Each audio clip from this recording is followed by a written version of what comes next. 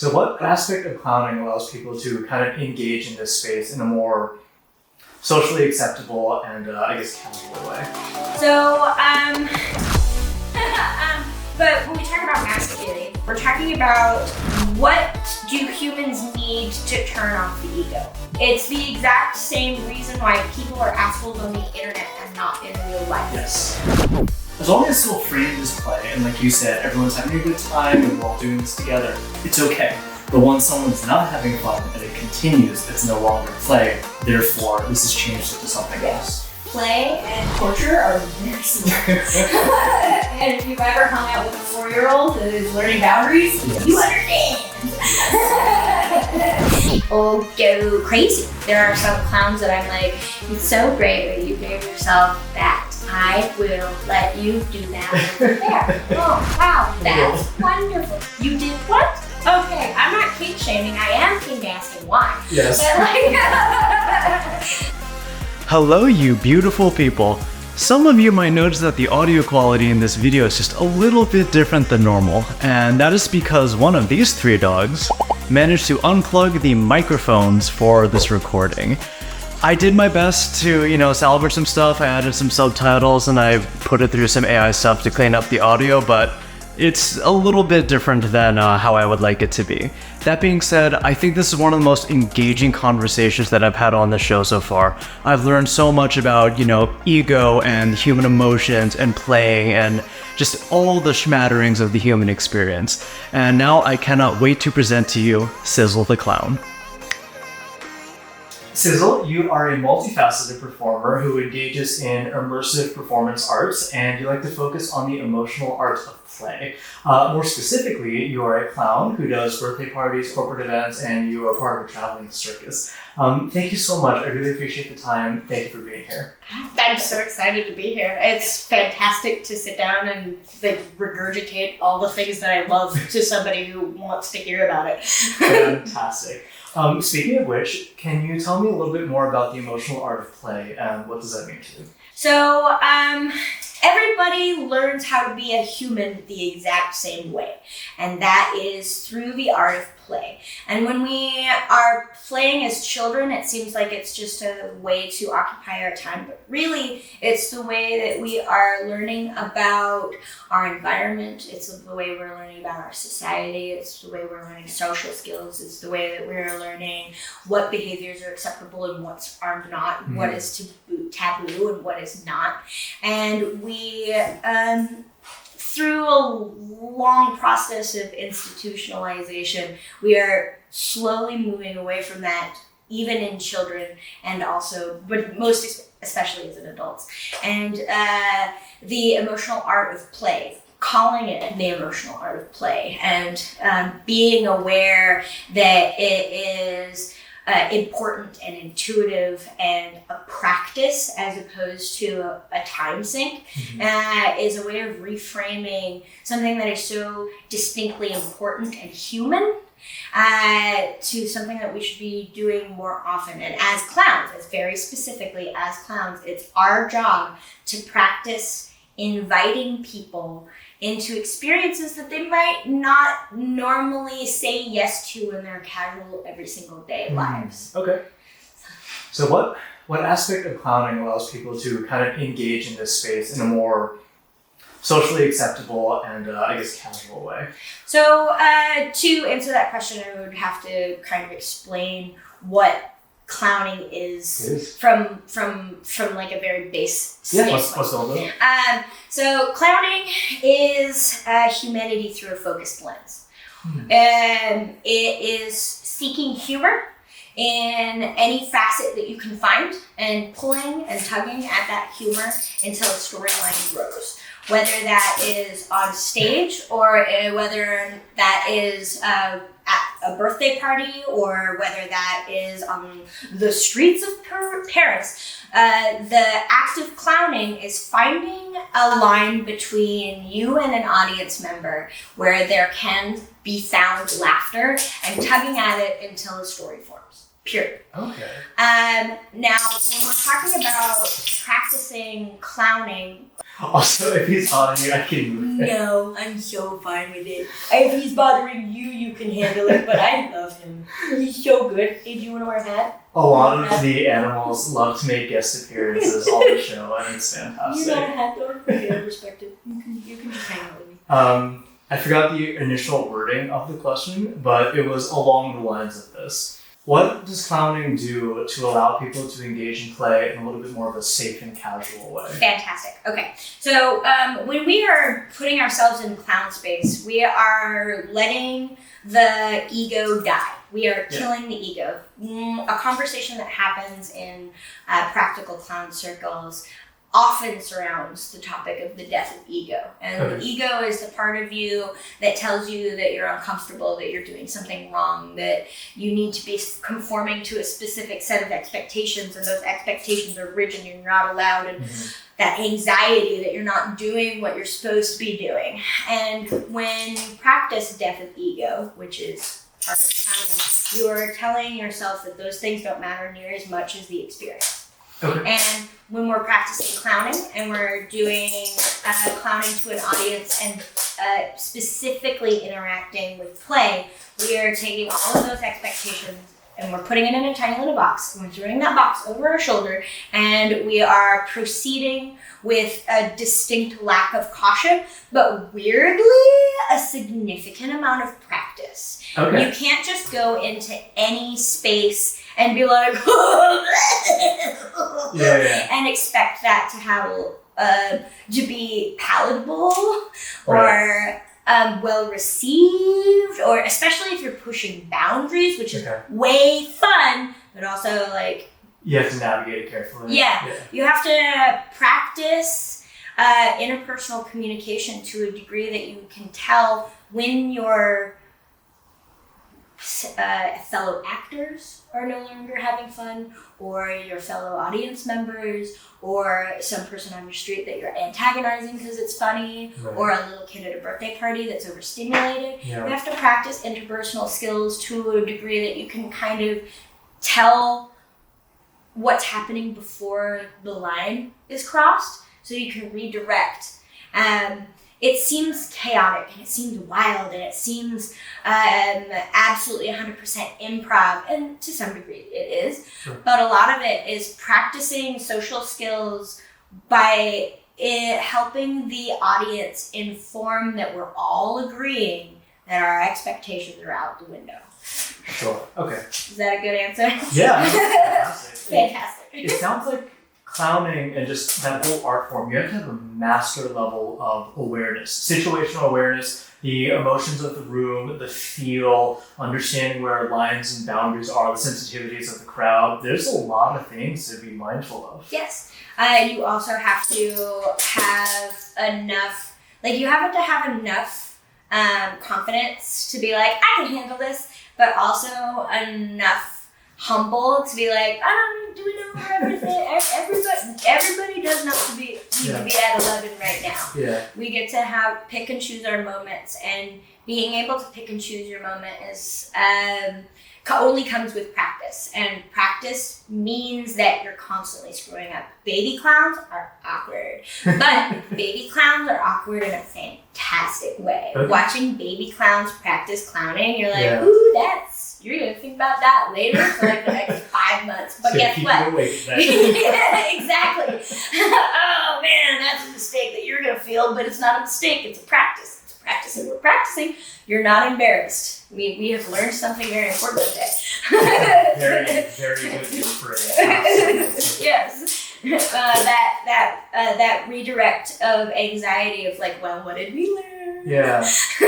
We can have a moment of anxiety, but really we have to think about the breakdown of what we just experienced, both as a performer and as a leader of an experience. And was this fun for everybody? Why not? What could we have done differently? What is the experience that we want our audience to have? And how can we change the experience next time? What would we do differently? That growth mindset is absolutely huge. So how does one become a clown? I know, looking at the links that you sent me, there's an actual clown school that people go to. Can you tell me more? So if you talk to a lot of professional clowns, what they will tell you is either they were born into it, their family were performers, and they were just like, I was the idiot one, so I put on the stupid feet. Or they had a very strong moment in their history where they were just like, screw it! Capitalism sucks! Yeah. And that's fantastic. That was my story. I tried to be a strong employee at a minimum wage job for long enough that it hurt my feelings. And I was like, anything is better than this. And I didn't have any capital. I didn't have anything going for me. I was working at McDonald's of all places.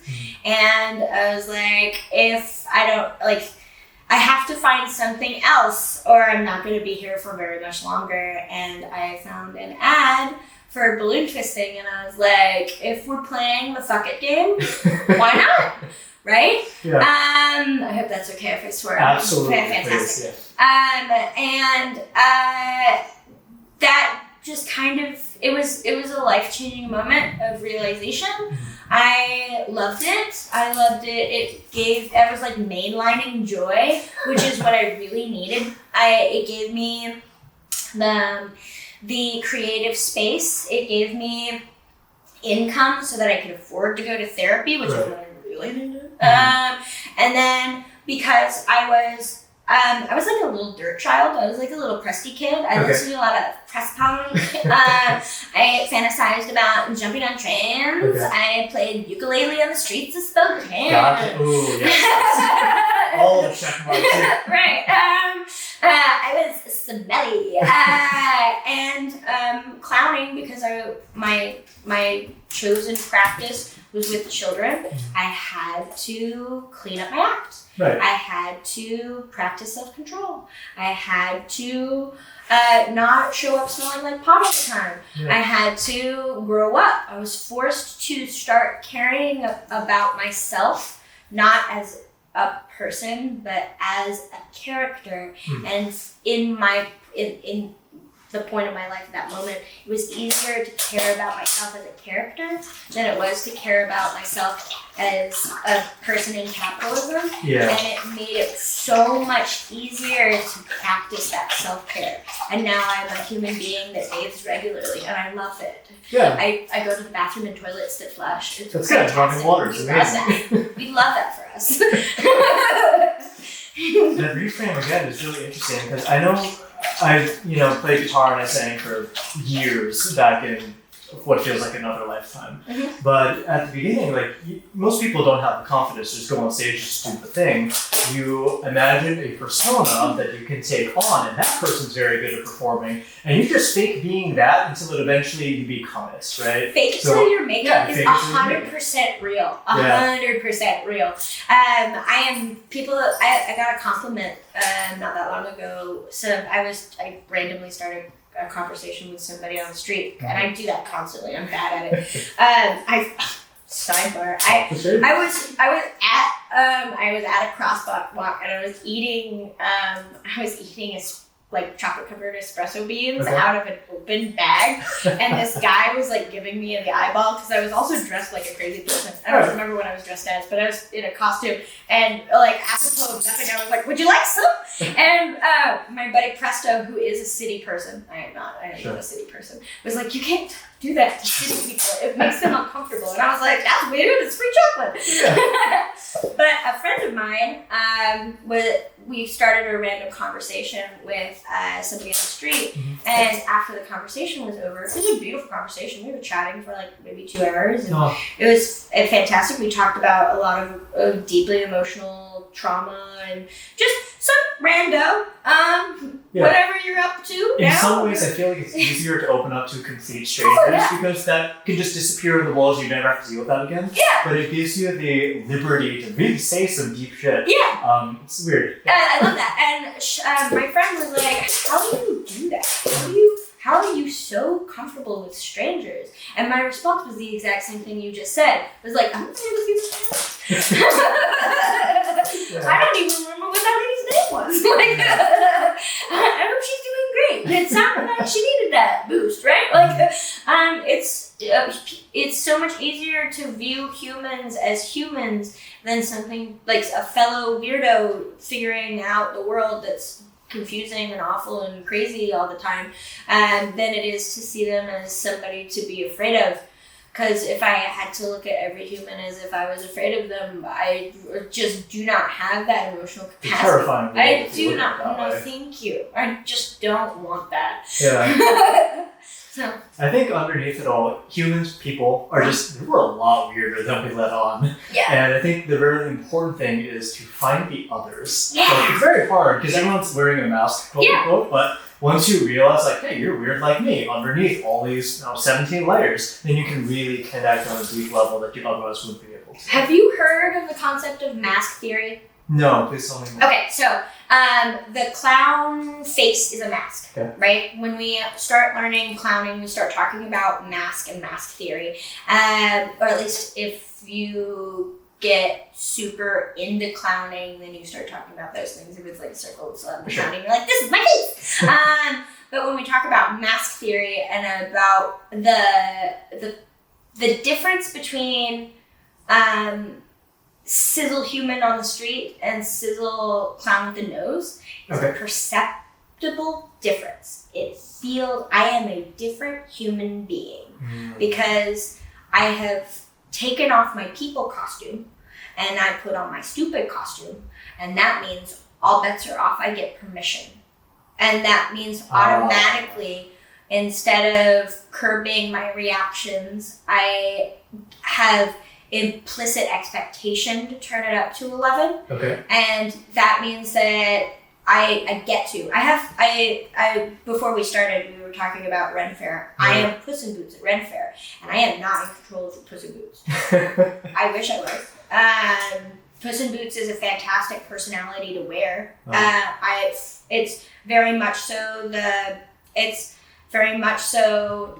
Shrek Puss in Boots, but I'm a femme. Okay. So I get permission to be an asshole cat to anybody, but I'm a pretty kitty, so everybody loves that. Absolutely. And in that brain space, in that mask, in that space that I put myself in because I am not wearing my face, I am so much more annoying to deal with, and I know that about myself. I see it happening around me, and there is no breaks. There are no breaks. And it's happened often enough that whenever I see myself careening into a cliff of potential awesome, but also potentially weird for somebody else, I'm like, this is gonna be, oh no! Oh, it worked out, because I'm a pretty kitty. That's right. Okay. Yeah. But when we talk about mask theory, we're talking about what do humans need to turn off the ego? What permissions need to happen? If it's the exact same reason why people are assholes on the internet and not in real life. Yes. Because your face is not connected to what's coming out of your mouth. I am not Racine Celeste. I am Sizzle, which is a layer, right? But at the same time, am I Sizzle or am I Sizzle the clown? Am I Sizzle or am I Puss in Boots, the obnoxious creature from just a world of everybody loves me, look at my butt? Yeah. Am I Sizzle or am I my scary clown character? Like there are layers that I get to experience about my inner self out loud in front of people, which could be quite embarrassing. But aren't, because I have a painted face and a dumb costume on. So it's an act. Ha-cha-cha. Yeah. And putting on that mask and turning into ha-cha-cha instead of I'm having a manic episode and you guys just paid me to do it. Yeah. It's an entirely different reframe. It's not pejorative. It's not negative. It's not I'm experiencing a part of myself and you get to enjoy me as yourself too. You get this permission because I'm giving myself this permission. And some people go crazy. There are some clowns that I'm like, it's so great that you gave yourself that. I will let you do that over there. Oh, wow, that's wonderful. You did what? Okay, I'm not kink shaming. I am kink asking why. Yes. But and you shouldn't bring it to my house. Yeah. But it's still a matter of expression. There's nothing wrong with it. Right. But it is something that has the opportunity to turn off instead of turn on. Yeah. And when you are dealing with the emotional space of play, there aren't any real wrong answers, but there are very distinct lines, and they're everywhere. Oh, I'm sure. And it's different for each person. Yeah. Yeah. And when we're playing, the expectation is everyone's having fun. Mhm. And if everybody's not having fun, then we're not playing. Right. Yes. That is the one rule. I think that's a really important rule. Yeah, because just to go back to the mindfulness and the awareness thing, it's kind of like freedom of speech. You can say anything you want. It doesn't mean it's without consequences. Yes. So as long as you're playing as long as it's still framed as play, and like you said, everyone's having a good time and we're all doing this together, it's okay. But once someone's not having fun and it continues, it's no longer play. Therefore, this has changed into something else. Play and torture are very similar. And if you've ever hung out with a 4-year-old that is learning boundaries, Yes. you understand. Yes. I think that consent is a really strong conversation about play. Actually, I am teaching at Capital Kidvention here, which is in DC here in January, probably. That sounds about right. And I just got done with Clowns of America International in New York, which was in May of this year. And one thing that has defined my experience in the traditional clowning world is I started out as a haunt clown. My very first clown job, besides balloon twisting for traditional reasons, was as a scary clown at an amusement park. Okay. And so I started as like an evil clown. Yeah. During the clown apocalypse, so all the traditional clowns are Yes. like, "You're a sinner, you're horrible, you're killing our job," Yeah. which was not true. And I'll say that to anybody's face. That's not no. Just because you don't know how to play with fear doesn't mean that I'm ruining your job. Right. But my first lesson in play and like the expectation of play and the emotional art of play was with such a huge, strong emotion, fear. Fear is huge. Absolutely. Fear guides us every single day, and to say it doesn't is incorrect. Yes. So my first job was scaring the bejesus out of people, and there is a difference between boo ha ha ha and boo I'm scarred for life. Oh, And you need to learn that lesson quick in that job, or else you are not a character. You're not a scare actor. You're not a haunter. Mhm. You're an asshole. Yes. So how do you navigate that line? Like, what kind of experiences did you have to kind of clue you into where this line is? Because it's different for every person Yeah. in each environment. And the answer is exploring what consent means. Okay. Exploring how consent is performed on a daily basis. Exploring my own fears and my own triggers and the things that I feel are absolutely offline, not allowed. Yeah. Absolutely not. Okay. Discussing with a crew of like-minded people about what we know collectively to be absolutely not allowed. Sure. No. In our particular haunt world, and for most of the haunt world, Yeah. things that are absolutely 100% hard button no-nos are: don't make pregnancy jokes. Okay. Don't do it. Yep. That's a jerk move. Yep. Don't make fun of the dead. Like Okay. recently deceased human beings Mhm. that you don't know who's coming through to see you and Yeah. what they have recently experienced. Sure. That will truly hurt someone. Yes.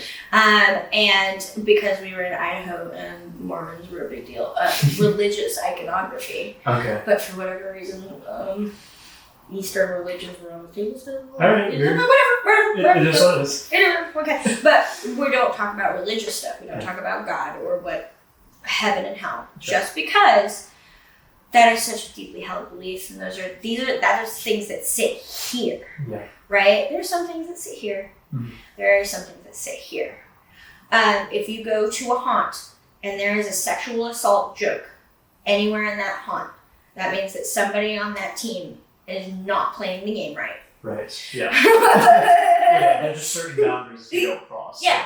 And so it's a really solid sit down of like, not what can we get away with, but where is our line and where do we collectively agree that the line is, and what lines can we tiptoe over? What does too far look like? And you will find too far everywhere. Oh, true. Too far comes in a split second. Yes. And you know exactly when it happens, and it's your job as the person in charge in a dumb outfit to take a step back and redirect. If you can't redirect because for whatever reason you have triggered somebody into there's fight, flight, fawn, and freeze. Yes. And, right? Yeah. If you trigger them into a space where they can't let go for whatever reason, and it is now your job to drop the act and find somebody who can take care of them. Escort them to wherever they need to go. Which 9 times out of 10 is a security guard or a PIC, somebody in charge. PIC. Person in charge, got it. Right? Somebody in charge. Not you in a costume. It's not your job. You look like an evil demon creature. Yeah. Let me calm you down dressed as a demon. Oh, are you okay? Are you having a panic attack? Yeah. No. Not cute, right? But if you are good with your mannerisms, and if you're good with your body language, and if you know where your line is, and you know how to become human again, because becoming a monster is one skill, becoming human is an entirely different skill. Sure. Telegraphing. Wait. Okay. Game over. Yep. Car's here, right? Okay, do you need me to find you somebody? I have skin. Look at my skin. Like, do you need me to find you? Do you need somebody? It's the body language. You change your tone. You use, select words. You make yourself more inviting. Yes. Yeah. Stop holding your body like you're a predator and start holding your body. These are teeny tiny minuscule new movements, by the way. Yeah. You can be a predator by just changing the shape that you're like the way you're holding your head. Yeah. Right. So these are teeny tiny little tells, and you will never. You can't sit down and read a PDF about it. Right. You have to sit and you have to put those emotions on your body, and then you have to watch how those emotions on your body affect other people, and it just happens with the grind. Okay. So when you ask me how do you become a clown, the answer is you decide that that's what you want to do, and then you figure out what that means for you. And that's in the big emotional sense, whether you're in a show, or if you're on stage, or if you're on the street, or if you're on TikTok, or if whatever your audience is, you try to figure out what affects you genuinely and in yourself, and how do you put that on your body so you can bring other people to come play with you, whatever that means. Okay. And that is such a broad, that is super easy, but also it's wildly difficult. Okay, so it sounds like clowning is an insanely personal experience. Yes. It's very unique to you. So, okay, this is a fun question. When you become a clown and you have this separate persona or multiple of you, it's essentially a layer and skin that you can put on yourself to pretend to be someone else. In doing so, when you're being that persona, you can act in different ways that persona would be, but you would never be, so you can deflect blame or consequence or whatever. Maybe not consequence. I don't want to. We're going to revisit this particular phrasing in just a second, so pin in that, but continue. The phrasing is important.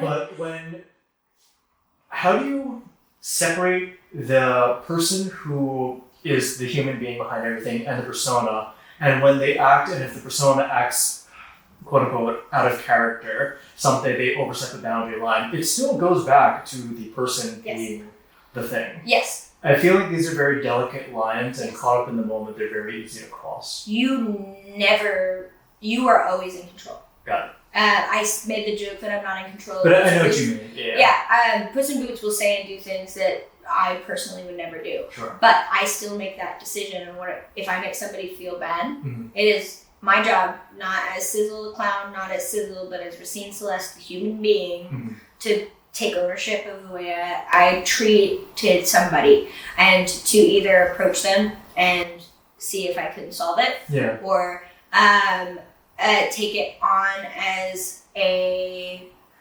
condition that I have created that I should avoid. I am still responsible for the way that I have made other people feel. That is 100%. There is no deflecting blame.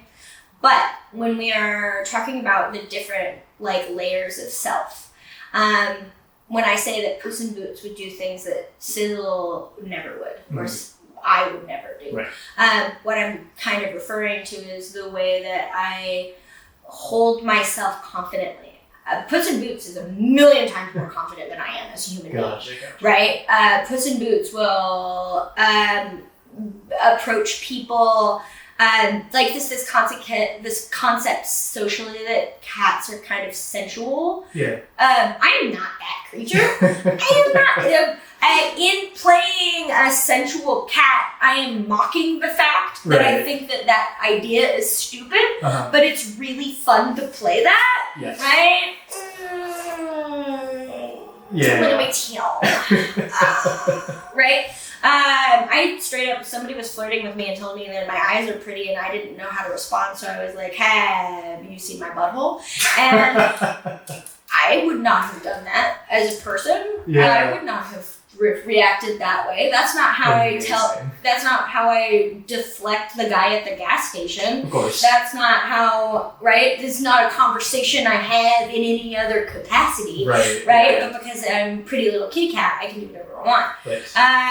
It is perfectly acceptable in that moment. And so everybody gets a laugh, everybody gets a giggle, he gets turned down, but he still thinks it's hilarious, so he's not upsetty spaghetti about it. Right? It's a perfectly reasonable choice with that outfit, or that human, that creature. But like in terms of, I don't know if I could do that dressed as the person I am right now, right? I don't know how to. I wouldn't. It's so when we do Scare School for a Haunt, we teach essentially people who have never had an acting job how to assume a character. And we talk about the base emotions, sad, mad, glad, and frad. And we talk about... What was that last one? Afraid. Oh, got it. I was like, hold on. I stole that from somebody, so I'm not taking credit for it. But like sad, bad, glad, and a frad. And we talk about how it doesn't matter what your backstory is for the character specifically. You have to consider about what your character is going to do in those emotions. And if you have a reaction that's happy, sad, angry, or scared, you probably are gonna be fine. And then you can develop more as you practice. And then we do a handful of improv games because that's important, teaching people the basis of improv. And then we always tell people, you're not going to feel like this clown until you put the costume on, until you look at yourself in the mirror and you have a different face. And the park opens and you scare your first person. You are not going to be a clown until those things happen. Everything up until that point is fear. Right? You have to become. You believe, like the Velveteen Rabbit, you believe so hard that you become. Right? Same with Santa. You're not Santa until you deal with your first child, and that first child looks at you like you're second to Jesus. Right? You're just some dude in a costume. When you commit to the belief, then you're real, right? You have to commit to the character before you're even in the game. And then when you're in the game, you can start feeling out what is acceptable and what is not. And it's so much easier when you're wearing a mask. It is a million times easier. Just doing it dry is I don't understand that. Because you don't have that separation anymore, right? I don't understand Adam Sandler. How can you do that? He's just some dude. He just plays himself nowadays. And he's fine with it. So when you ask me what's the separation, I have a mentor who's I got to work with David Shiner, who is he's a fantastic clown and he's a face character. He worked with Bill Irwin. He was one of the founding members of Cirque du Soleil. He wrote Kuza. He teaches high-end clown classes in Germany and Munich and a bunch of other places, and he's a fantastic guy. He investigated his clown's root anger, and we connected really solidly on that because I I started my clown's root anger too, and a lot of people were like, "Oh, that's a bad idea." And I was like, well, I was in a hump. I don't know what you wanted. Yeah. But he gave me a note that I had to cry about for a whole year, and the note that he gave me is, "You are navigating the world as Sizzle and not as Racine, and it makes you annoying. Why are you doing that? Oh my God, it's insufferable. Figure out who you are. You'll be a fantastic actress as soon as you figure out that connection. But right now, I asked him, hey, I want to work on the level that you are. I don't want to have dumb arguments in some cornfield somewhere. I want to be working with high name actors and doing high name stuff. What's the thing holding me back?" He's like, you're obnoxious. You do your self-work, because this it's too much. And so I had to sit down and I had to really ask myself that question. What's the line between the mask that I put on in order to figure myself out as a job and the person that I am on the inside? And I'm going to tell you with absolute certainty, I have no shitting clue. Okay. It's a huge philosophical question. Yeah. Right? Yeah, I'm an actor because I don't want to be me. And it took a lot of effort to even say that out loud, right? And that's why I was drawn to the Look at Me game, right?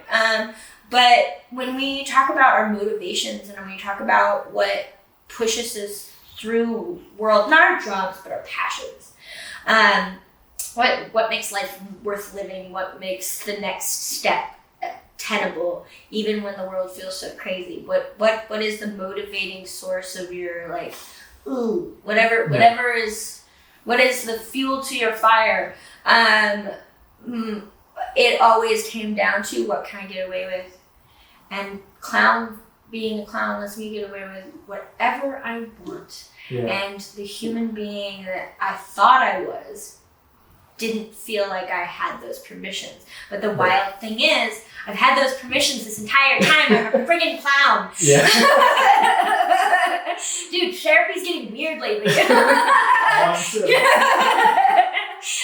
Right? So, there is it when you start thinking about something as innocuous or as human or as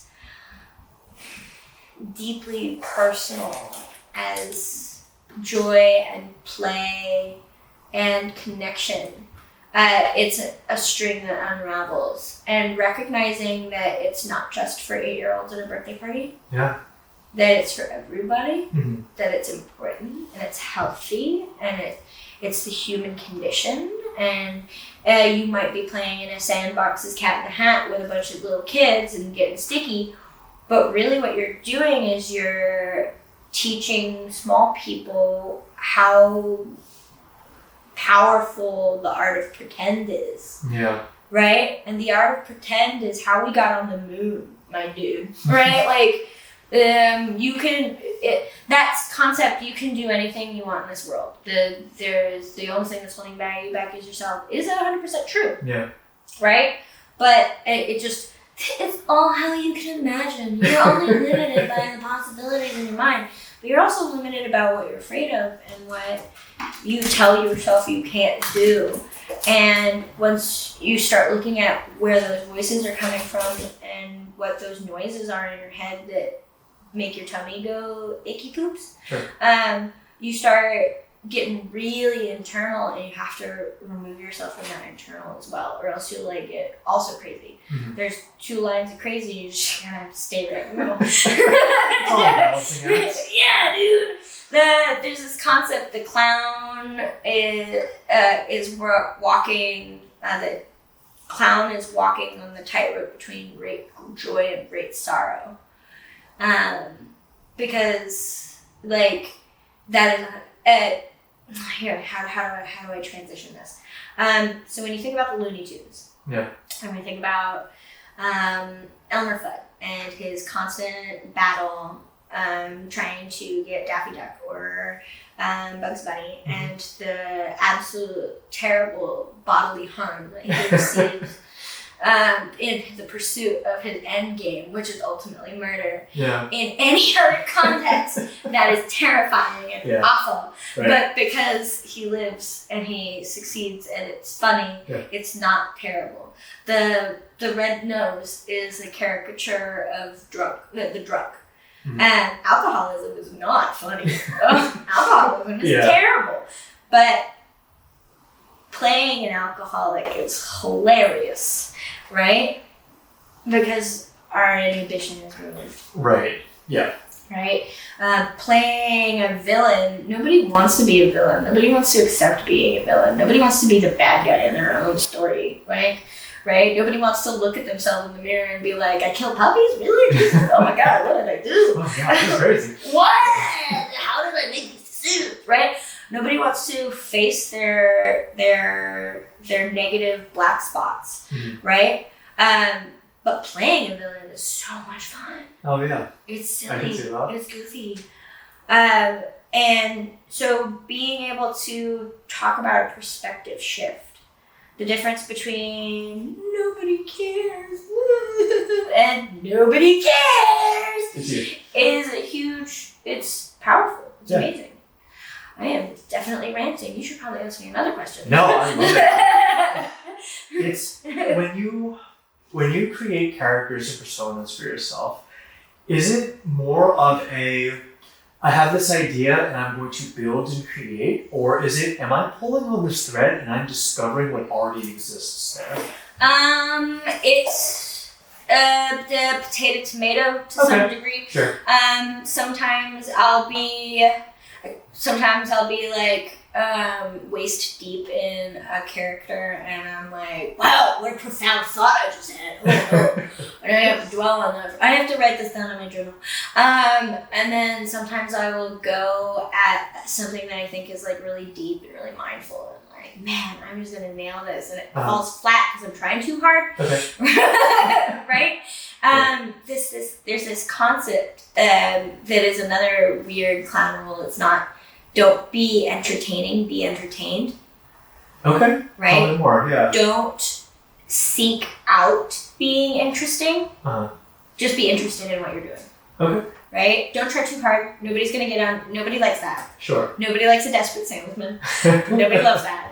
That's weird. So is it being validated and entertained in your own right, and people just enjoy watching that experience, as opposed to, I'm going to set out to entertain, and then you come off as desperate and they fall flat? So there's this. Okay, I'm gonna answer this in a parable.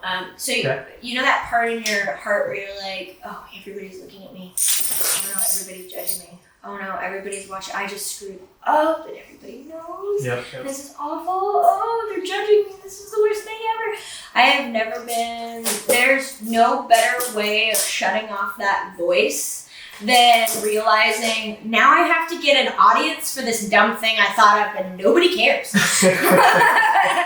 I am in the street in a dumb costume. Yeah. Like I have pom-poms. Like I am being very loud and everybody is trying really hard not to look at me. Yeah. Okay, well, best laid plans. Right? To some degree, if you find an audience for the thing that you want to share, then you have made a good decision, whatever that decision is. You have to look at the decisions you've made and ask yourself, what was a good decision, what was a bad decision. Mm-hmm. But it's also art, so sometimes you have to make just a wildly strange decision and then see who reacts. And be like, hey, that's weirdly surprised, that is my group. Okay, well, I didn't see that coming. I started doing balloon shibari over, transition. I started doing balloon shibari over quarantine, and like up until this point, I am like so good at Pokemon. Like I can do the first 151 Pokemon from memory, and after that I have to look them up because there's like 1,000 of these. There's a lot of Pokemon. And so like my friend reached out to me, and she's like a burlesque clown, and she was like, do you want to do a photo shoot? And I was like, I'm not doing porn, but I'll make it look cute. And so we started doing this. Her name's Toodaloo. She's amazing. If you want another person to talk to about stuff, Toodaloo is fantastic. You'll love her. She's adorable. But we started this journey. And not very many people were doing balloon shibari, so now I'm known as the balloon shibari person because I made editorial looks for OnlyFans over quarantine because I was bored. You do it once and... Yeah, well, you do it a couple times and then you realize it's frankly quite easy. Somebody was like, do you want to do a masterclass on balloon shibari at this balloon convention? And I was like, I don't know how I could fill 4 hours. It's not that hard. Really, I would sit down and be like, this is how you're not a creep. This is the kink community. These are the rules. Don't get weird. Don't get gross. But for a little while, I was worried about it because I was like, I work with kids. I was about to say, hi, books. Hi, baby. I make a lot of money at children's parties. Yeah. How do I marry this? And I'm just looking at Seattle. That's really what it comes down to. Yeah, that's how ease over a lot of stuff.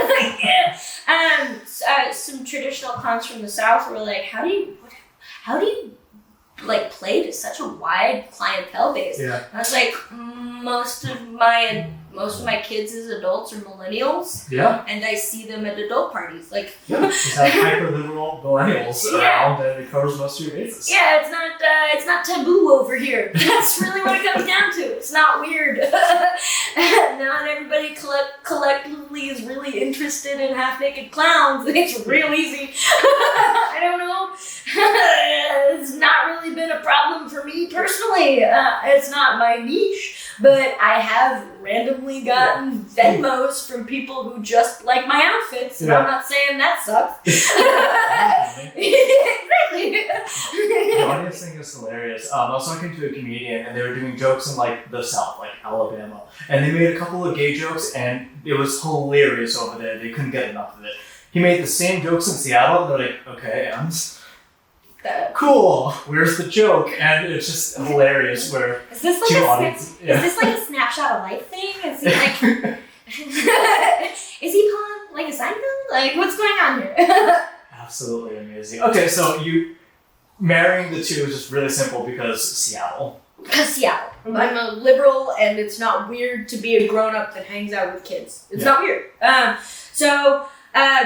But when I traveled with the circus, I traveled in the South. And this was post-COVID. I chose to travel with the circus because I wasn't sure I was going to do birthday parties yet. It was right at that cusp where I was like, it's Seattle and we're still locked down. But in Tennessee, they're having parties. So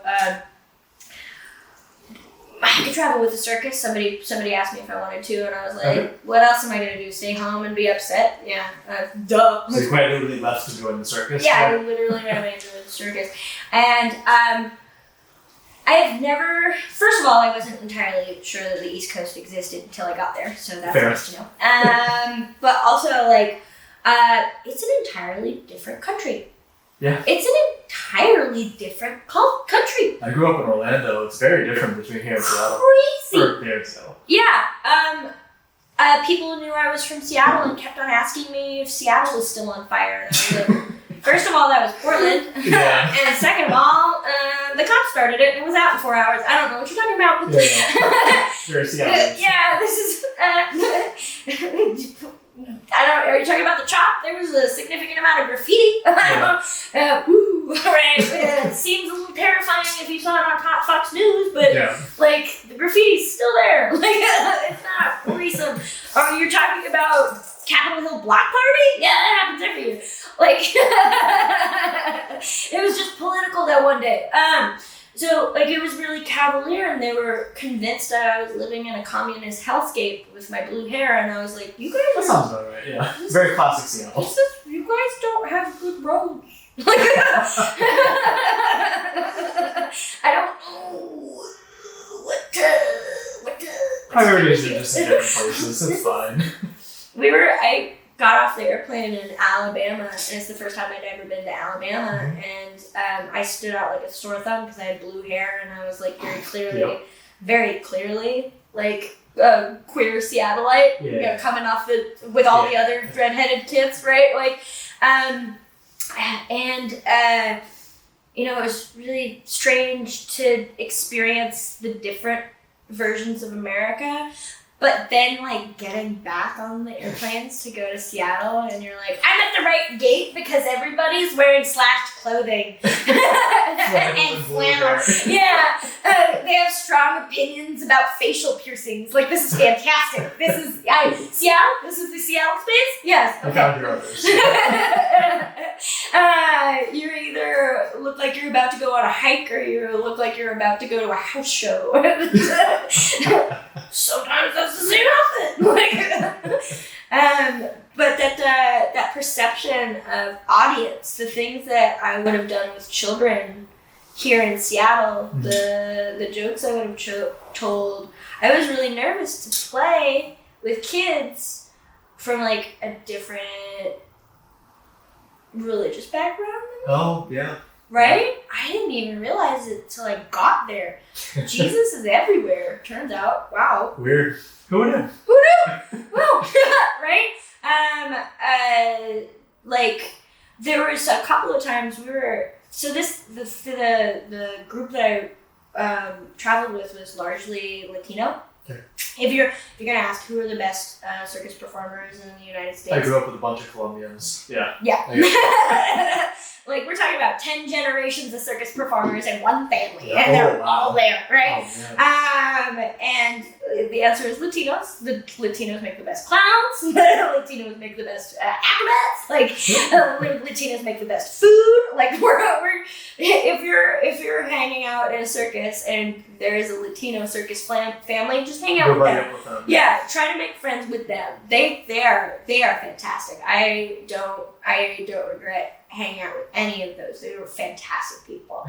But we were doing shows in like small town Americana, and there were guys with like Klan insignia over there. Yeah, I've driven through the South. Right?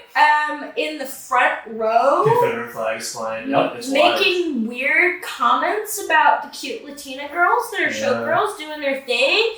And like buddying up to me like I'm on their side. Like, yes, I'm a clown face and I'm wearing what you think is a wig. But I feel like there's some context clues we're missing here. Yeah, like, they overlooked a few details. Theater nerd, like theater kid. Like, look at me, dude.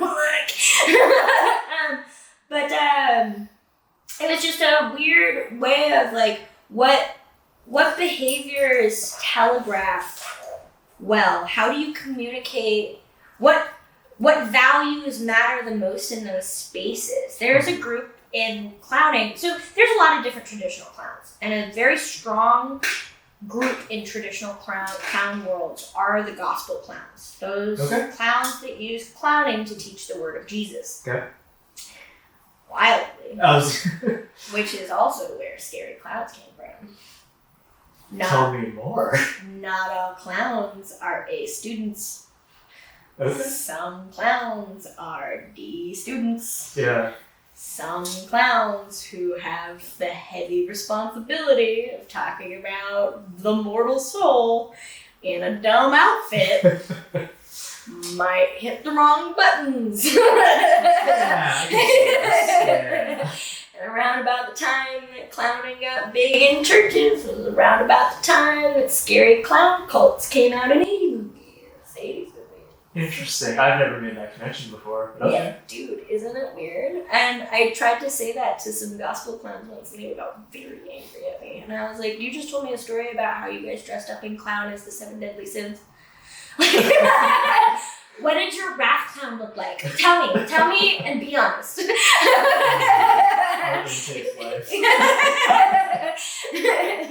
you feel like that was a good choice? Did you think that was a good choice? Tell me, how was your experience?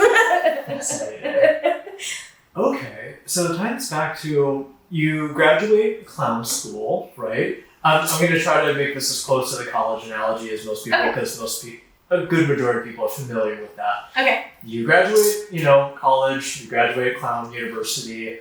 Now, where do you go off to? Is there a pipeline to college or to, clown job? Or do you kind of search around and feel it out? So if we're going to play the Clown University mental path, it's less than Clown University as it is more like a clown internship.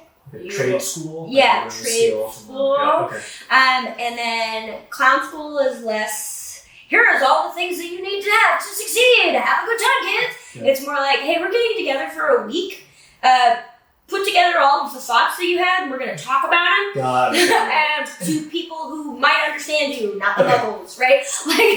More workshop and camp versus Harvard and Brown. Exactly. Okay. Ringling had the best clown school where they would sit you down and be like, you have all the funny bones. We're going to teach you how to be a clown. But Ringling no longer does that, which is good and bad. There are reasons that it sucks, but there's also reasons why it's great because now clowning gets to expand outside of the expectations of the circus. Yeah. Right? You don't have to play to the circus model anymore, and the circus model was such a big frame because of the success of Ringling Brothers that it was really hard to break that mold. Yeah. But so Ringling would be Harvard, but I work with the Academy of Clown Arts. Which is a clown camp, a clown camp. There are several clown camps. There's Coney Island Clown School, which I'm also going to here in November, and that's at Coney Island. The Coney Island also has a sideshow school and a burlesque situation. That's apparently some fantastic hot dogs. It is New York. So. Yeah, I'm gonna go and I'm gonna find out. But it's gonna be hosted by some Big Apple circus creatures who are like a fantastic Macy's Santa, Glenn Heroy, who's a fantastic human being. Okay.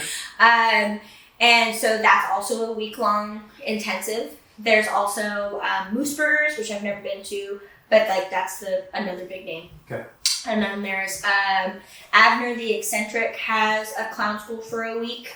And he plays the Moisture Festival over here pretty regularly. Okay. So he's a big name in clowning, but he's not a clown. He's a clown. He doesn't wear he doesn't wear makeup. He is a persona. And he's fantastic. If you want to go on a deep dive on Abner, he's real stupid. Love him. But there's a handful of different clown intensives that you can go through, and they all have different perspectives. Mm-hmm. Right? Academy of Clown Arts is we're going to prepare you, here's some knowledge and skills, here's as many fantastic instructors as we can get into one building. Yeah. Here's some free time, here's some directing. Do you need a director? Here, sit down with some directors and have a great time, kids. What did we come up with? It's a show, right? Like that kind of thing. Moose Burger has, as I understand it, I've never been, so I can't speak honestly, but they're also very traditionally minded, and Priscilla Mooseberger did a lot of costumes for Ringling Circus, so it was very Ringling minded, right? This is how you make this specific kind of clown. Here are the steps. Mm-hmm. Coney Island Clown School is, here's a bunch of performers that perform clown to do a bunch of different things. We're going to go watch a bunch of shows. We're going to decompress and talk about what that means. This is how we practice those skills for ourselves. What does that make you feel? Yeah.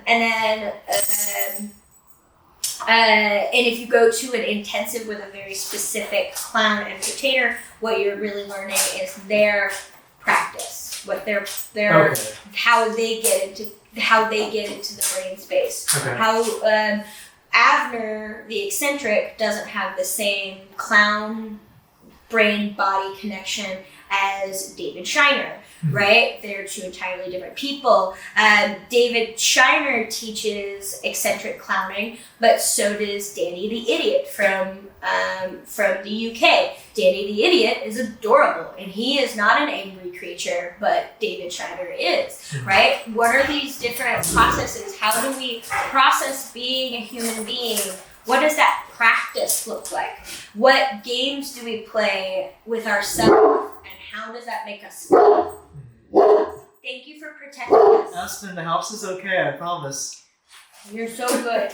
Such good dog manners. Sometimes she just barks while she's laying down. She doesn't even lift her head. She's like, hey, something's out there. I did my job. Will cool. you look? Will you look? Yeah, while you're up. Right? So something that I like to say as often as possible is everybody has a sense of humor. Yeah. Even if you don't think you're funny, you still have a sense of humor. Things make you laugh. Whatever it is. It might not be the same thing that makes me laugh, but it's still valid and it's still a perspective and it's you have an idea of what's funny for you. Yeah. That means that you have the capacity to be funny. It might not be funny to me, but you probably can find yourself an audience. And that means that anybody can clown. Clowning is on every single continent, in every single society, in every single civilization. It is as old as Mesopotamian mask theater, right? Comedy is as old as people trying to tell the story of their gods to a group of other people that they live with, right? And it is something that we will never come away from. It is how our bodies process stress. It's how comedy is how our bodies walk back fear. Somebody told me this, Buster Cadwell told me this, a scream and a laugh start the same. It's a sharp intake of breath, and then you process whether or not you're in danger. And if you've been scared and you start laughing, you know what that feels like. Yeah. Oh, you scared me, right? Yeah. We do this for our own mental health. We do this socially. We get the nervous giggles when somebody's being a fool. Right. I've laughed at a funeral, not a vibe. But we have these uniquely human experiences where you don't think you would find something funny, but it's our brains helping us walk through a difficult problem. And humor is our human way of trying to shift our perspective so we can find sense. And there is no way there's no wrong answers. There is whether it's acceptable or not in the environment that you're in. But functionally, there are no wrong answers. If you are going through a deep, dark, and twisty and something is funny, that's okay. Yeah. That's for you. Deciding whether to share it is a choice. But humor is so intensely personal and emotional that learning how to play with it, learning the art of play, is the easiest way to connect with the largest base. And to limit who you play with means you're limiting your understanding of humanity, right? Anybody can play. Anybody can have fun. It's figuring out how to make that connection that's important. Yeah. I think that's really well spoken. I know that humor is a great way to, how do I phrase this? Make very difficult concepts or feelings and emotions digestible. It's a lubricant and allows you to kind of explore a space a little bit more and not immediately just be beat over the head with very heavy, dark emotions and concepts and, realities of life. So, yes. Everyone has that friend that will make a joke in the worst moment, but we all love that friend because sometimes we need that friend. Yeah. Right. I don't remember. Oh, so I have this belief, and I don't know if it's a firm belief, but I do believe that Adam Sandler's the most prolific and successful modern clown. But every time I say that in clown circles, people get angry at me. But tell me more. I can see it. Tell me more. Hold on, I'm going to tell this story real quick, and then I'll explain why I feel that way. So, one of the people in his circles was doing an interview or was speaking about Adam Sandler and talking about, feeling suicidal, and Adam Sandler rolls up and starts talking in his dumb Adam Sandler voice. Depressy? Yeah. Yeah. Right? I don't do a good impression, but you understand.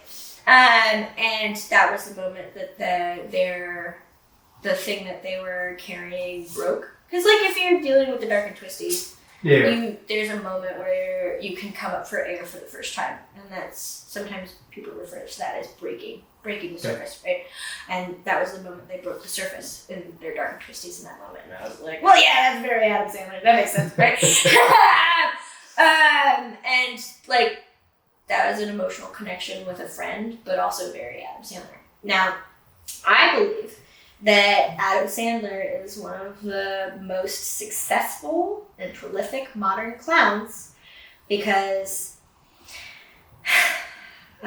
when clowning made the jump from vaudeville to the silver screen, we started getting the Three Stooges, and we got I Love Lucy, and we got Red Skelton, and we got variety shows. We now know who Carol Channing is. You know, like these traditional clowns dropped the nose and started doing clowning on television, and then all of the practices of clowning started being reframed for a different audience, which was television.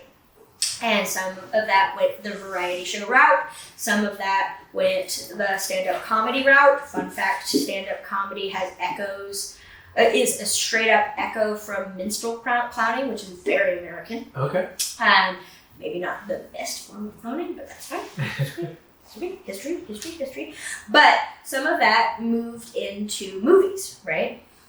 Adam Sandler, his entire body of work is creating common archetypes that are easy to connect with at a wide audience, telling stories that most people can connect with, that are simply framed, that invite people to enjoy something very stupid. Yeah, I see it. Adam Sandler regularly portrays himself. He has created a character. That character clown is Adam Sandler. And all of his little friends in his little clown troupe regularly play strange caricatures of themselves. Yeah. But they're still playing caricatures of humanity that are very simple but very real. Yeah. Yeah.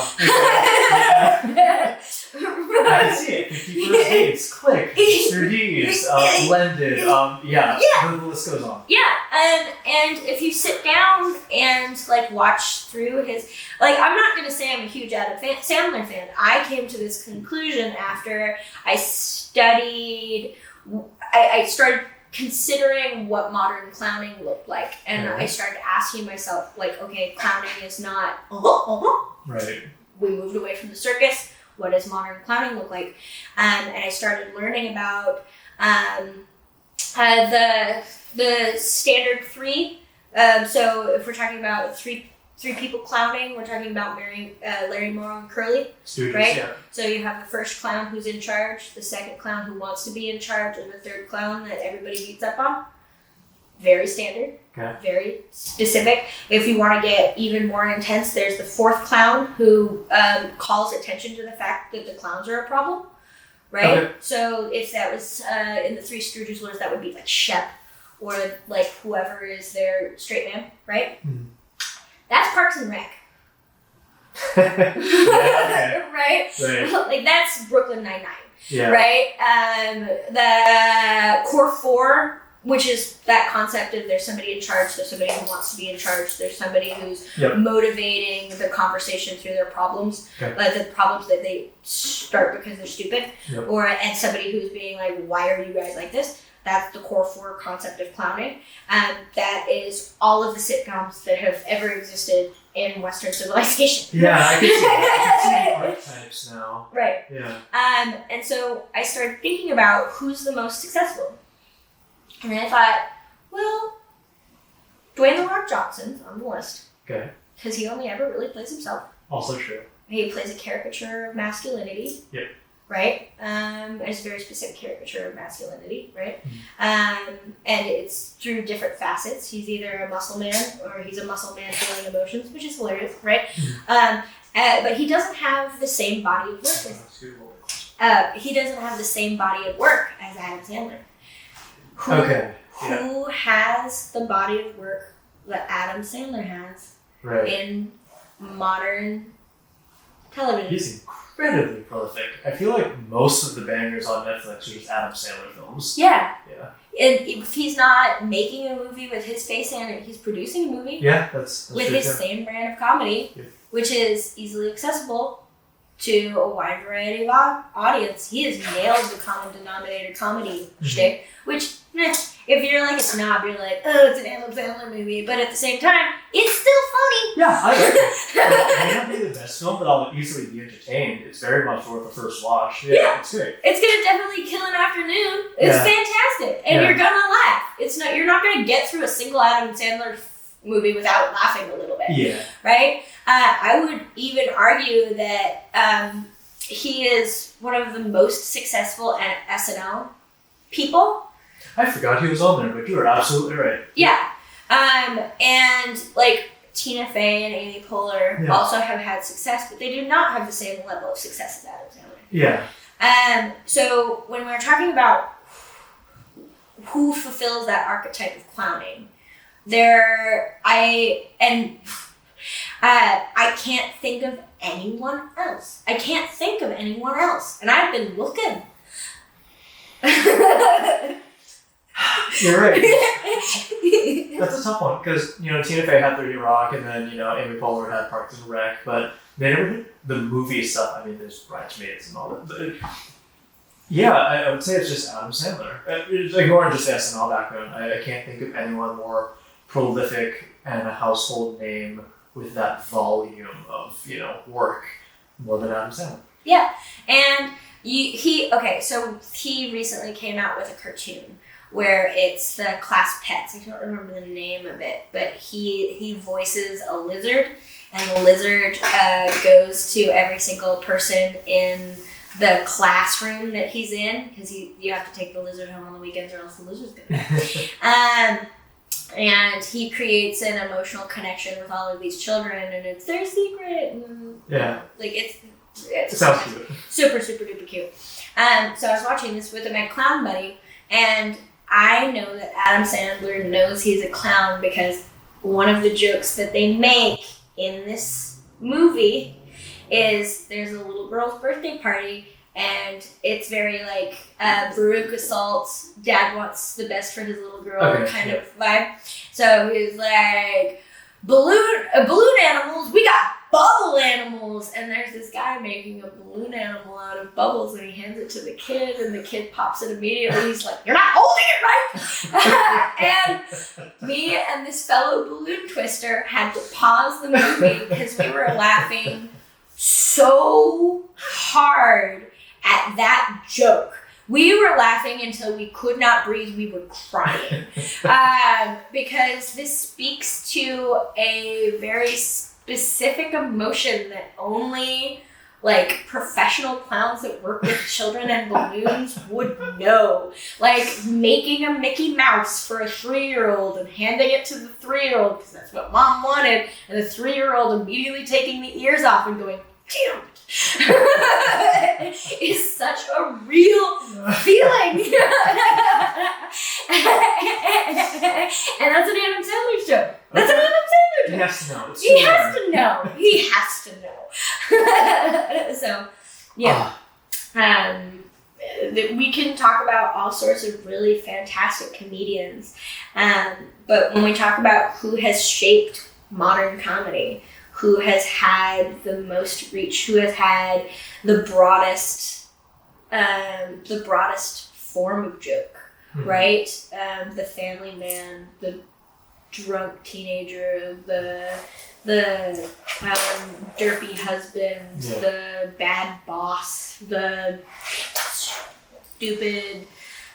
stupid doctor, right? Yeah.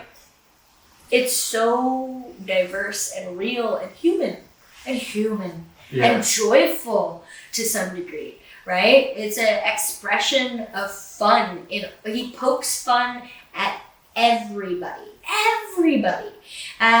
But he never punches up. He's never violent. He doesn't take the mickey out of people who would be distinctly harmed by these portrayals. Right. Like some of his earlier stuff. You know, we Eight can, Crazy Nights. yeah, we can relive how terrible everybody was in the early 2000s, but like, but we can still see that he proceeds through making fun with, not fun of. Yeah. Well, I'm laughing with you, not at you. You just don't think it's as funny as I do. Yeah. Okay, that is fascinating. Yeah, I've never really looked at it through that lens before, but I think you're absolutely spot on. So a closing tradition that we have on this show is the previous guest leaves a question for the current guest, not knowing who the current guest will be. Fantastic. Right? Okay. So the question that is left for you is, what advice would you give your past self? You get to choose the age and the topic. Ooh.